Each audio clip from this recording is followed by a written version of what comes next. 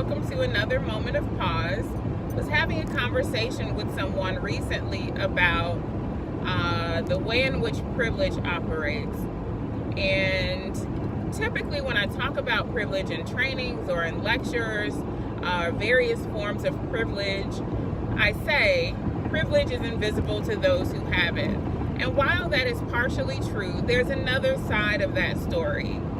The other side of the story is that while privilege might be invisible to those who have it, privilege also allows for people to distance themselves from one's history while simultaneously taking the benefit of that privilege, while taking the benefit of the history that provided them with that privilege, right? So privilege, the various forms of privilege, is rooted in the social, economic, historical, and political circumstances of the society that creates those differences.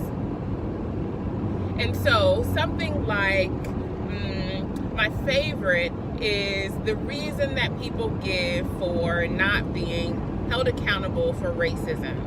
Frequently, people will say things like, well, I didn't own slaves. My ancestors did, so you can't hold me accountable for what my ancestors did. However, they are distancing themselves from the history that provided them with the privilege that they maintain in 2018. So, the only people who have the ability to separate their history from their present are people with privilege.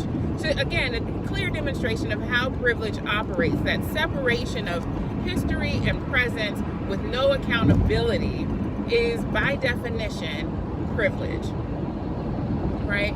So then that kind of expands our understanding of what privilege is and allows for us to hold people accountable for the way in which they utilize social, historical, political circumstances to their benefit.